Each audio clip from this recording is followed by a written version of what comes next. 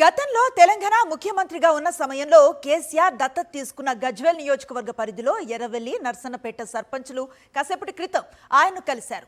ఏకగ్రీవంగా ఎన్నికైన సర్పంచులను శాలువాలతో సత్కరించిన కేసీఆర్ మిఠాయిలు పంచారు.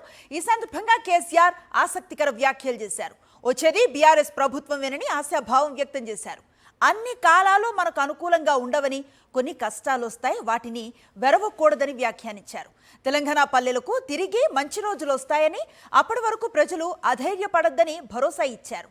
తాను సీఎంగా దార్శనికతతో చేపట్టిన పాలనా సంస్కరణలు దేశానికే ఆదర్శంగా నిలిచాయన్నారు కేసీఆర్.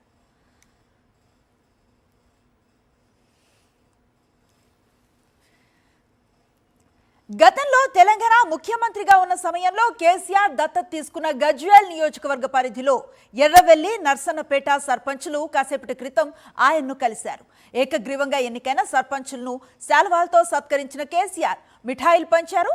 ఈ సందర్భంగా కేసీఆర్ ఆసక్తికర వ్యాఖ్యలు చేశారు. వచ్చేది బీఆర్ఎస్ ప్రభుత్వమేనని ఆశాభావాన్ని వ్యక్తం చేశారు.